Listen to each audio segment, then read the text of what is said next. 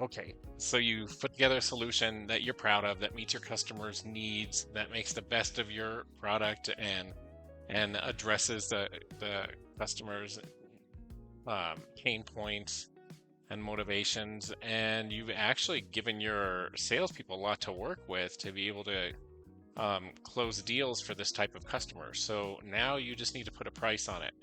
You need to kind of match up that customer value to what you can charge, and make sure you can charge enough to cover your costs, and then also give your salespeople ammunition to be able to overcome objections and actually close the deal. So if you joined me for the first two episodes in this go-to-market campaign blueprint series, then you know that we sort of looked at finding a market to focus on, because it's not enough to just say, oh, hey, I have a CRM. You got to go and find real people and real problems and address them so that they actually see your solution as something that they need.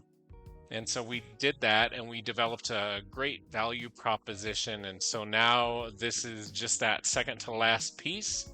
We're going to look at pricing today and what goes into that. And then next week, I think, will be the last episode in this series. And it's where we'll talk about just what kind of assets like landing page and messaging and email templates and a couple other things that you need to put together so that you enable your customers to learn about your solution, and your salespeople, which if your company is like mine, it's probably that salesperson is probably you, to be able to communicate the value to your customers. But let's jump into pricing and see how easy it is.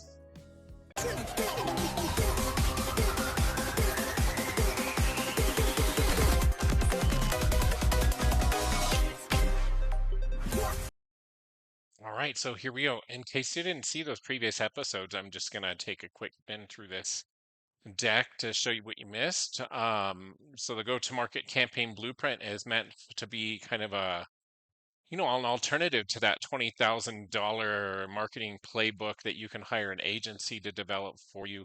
And it's using resources that you probably have as a small business owners, which are your own resources, your own tribes, and developing a value proposition that works for them, and selling software or whatever your product is. So just going to pause like not even a second on each one of these slides just to give you a little bit of interest, and maybe going and checking out the previous videos. I'm using the Eco Village as my target market for these videos because I know the audience well and I'm very well connected in that space, and I feel confident of what their pain points and motivations might be in order to buy a product and how I can meet those needs. So hopefully you have a tribe that works for you.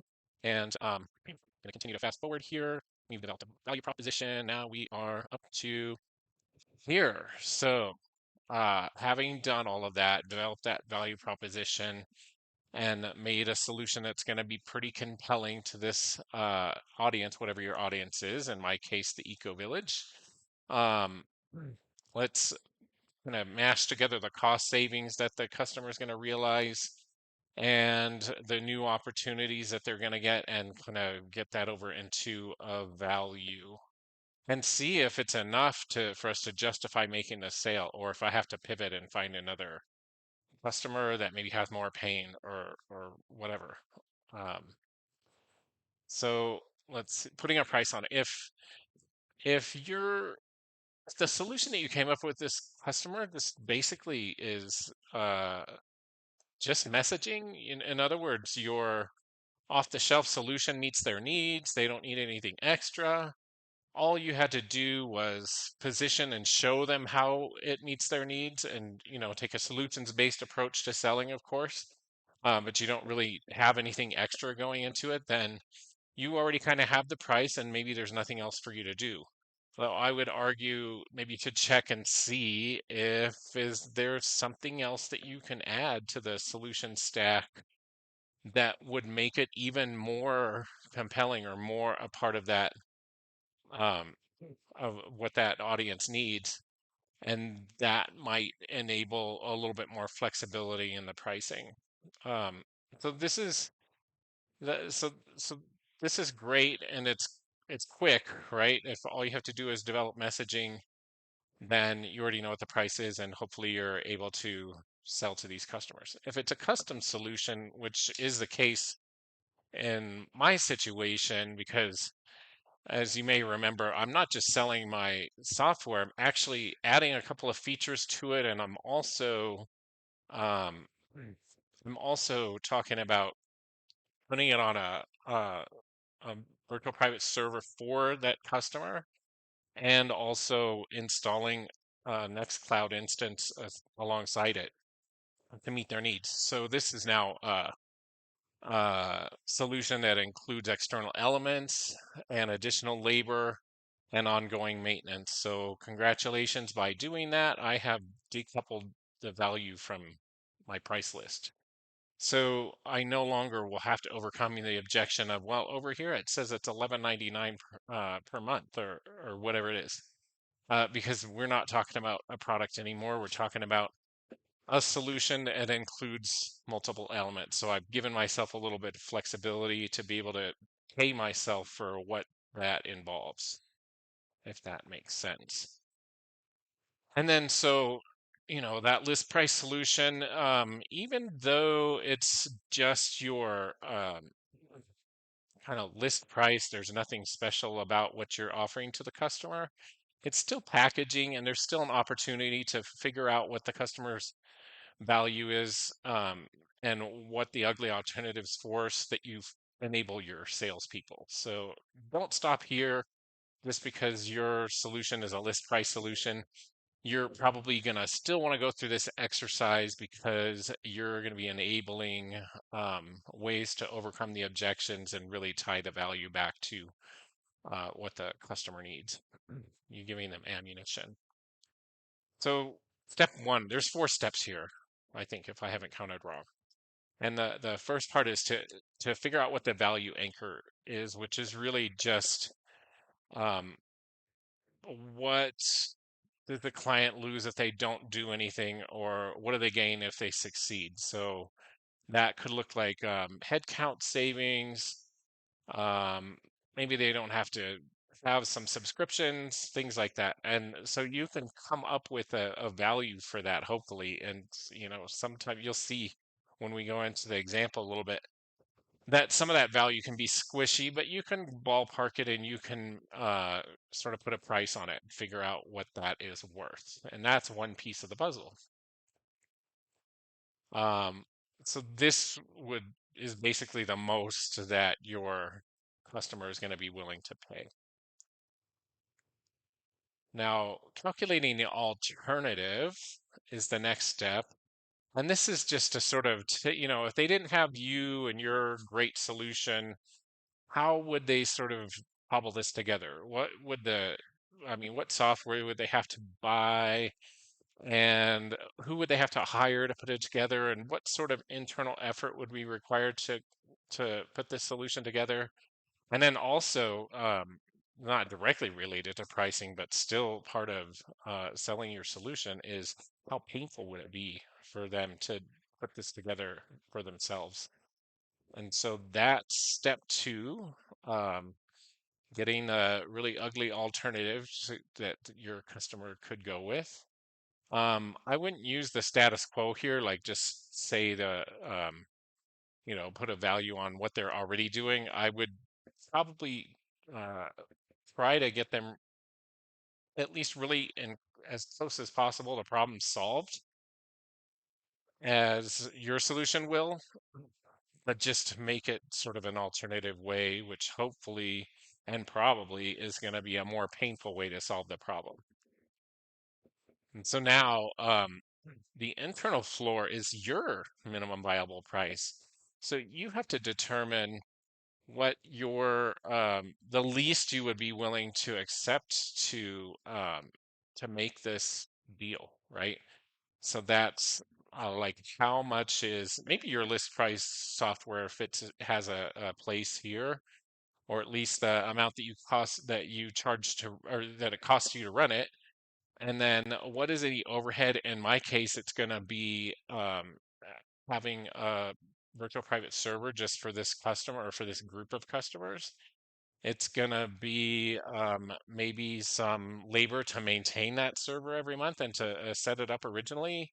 and some other costs. So you've got to quantify what those are so that you know when you're setting price and negotiating kind of what your floor is. And then so next is uh, putting a price on the value. So if we determine in that earlier exercise in step one that that we're saving a customer $100,000 a year, then we probably want to keep that final price under a quarter of that if possible. Because it will seem really compelling if they're spending 100,000 or if the value in pain and direct cost, et cetera, comes out to about $100,000 a year, then if your solution only costs $25,000 a year, well, that probably looks pretty savory, right? So that's the value capture ratio.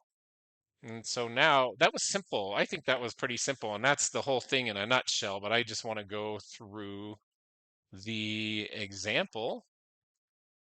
And so I'm not going to read through all of these, but what I did is I put, and this is kind of like maybe a little simplified, but I put together some of the questions I might ask for, ask my eco village for like, what's it costing you having your documents in such a disarray and not being able to find old decisions and, remediating when people make mistakes, processing decisions, and what's the value of your data sovereignty and privacy that you're giving up right now that's kind of in your value set, but you're not realizing right now because you're just in random unknown Google Docs folders, all of your documents.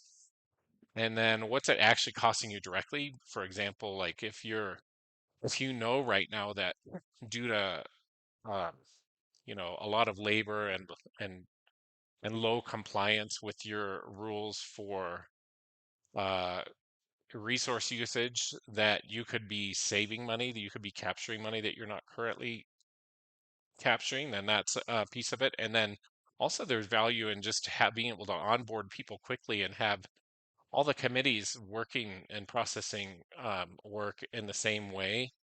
Then it just makes a lot less noisy environment for the governing of the village. So I came up with a cost of about $12,100 a year.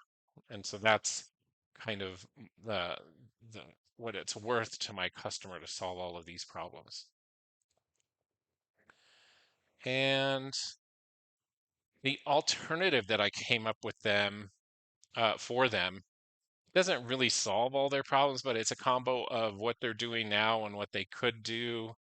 And it's comes up, they have to send donor emails, so they're going to do that with Aweber, which is what they're already using. They need to set up a virtual private server in Nextcloud themselves if they really want to meet that goal of data sovereignty and having control over their own data and ownership over their documents instead of just having them scattered in different people's accounts.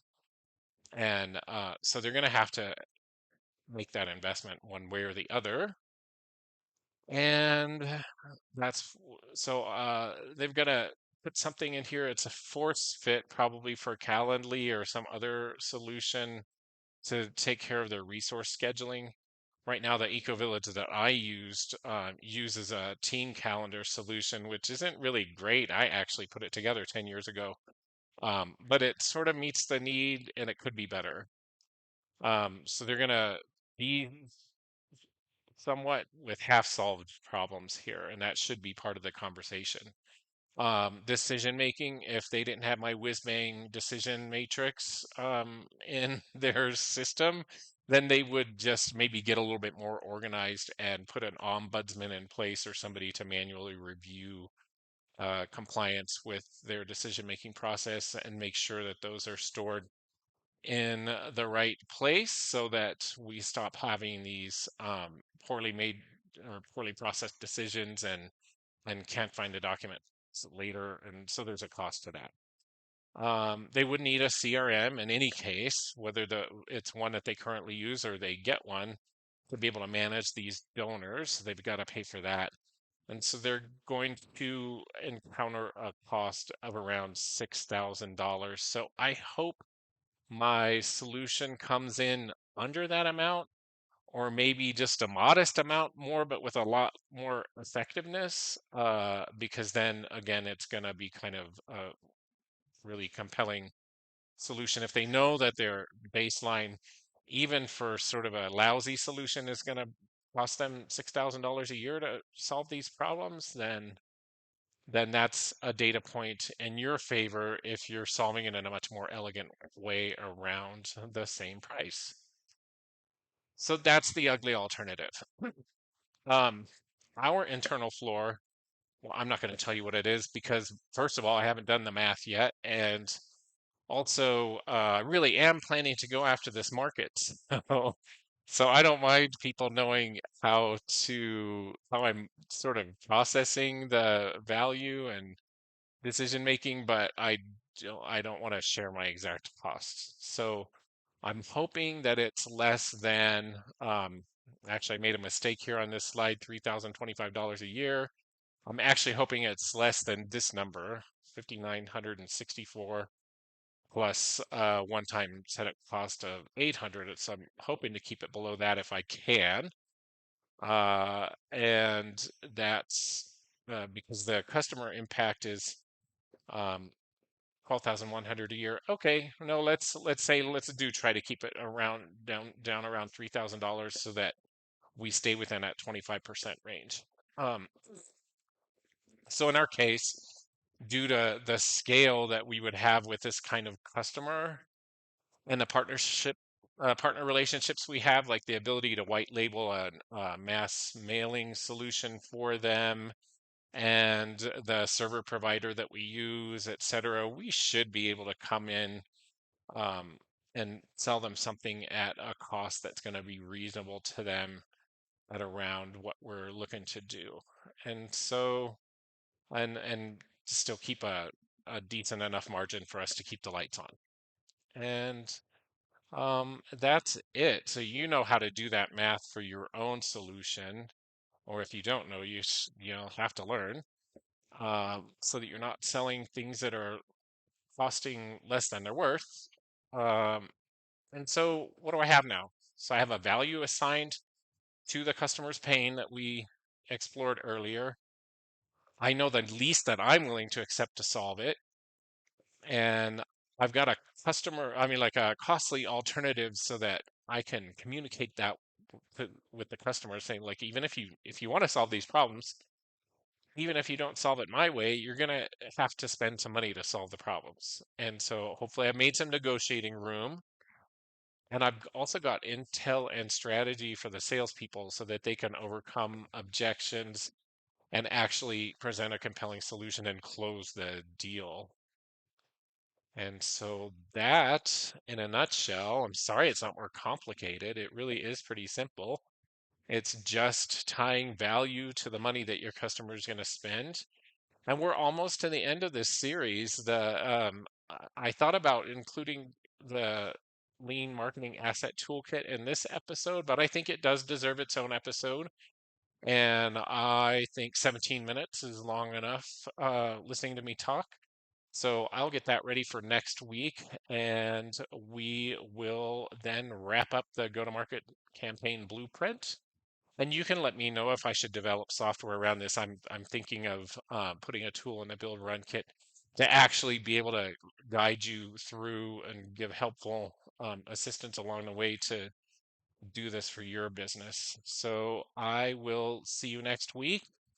And not a lot of people tuned into episode 2, last week's episode. So I'm calling on you to please do that. And episode 1 as well, as if you haven't seen it. And then let me know in the comments if this was helpful. Talk to you soon.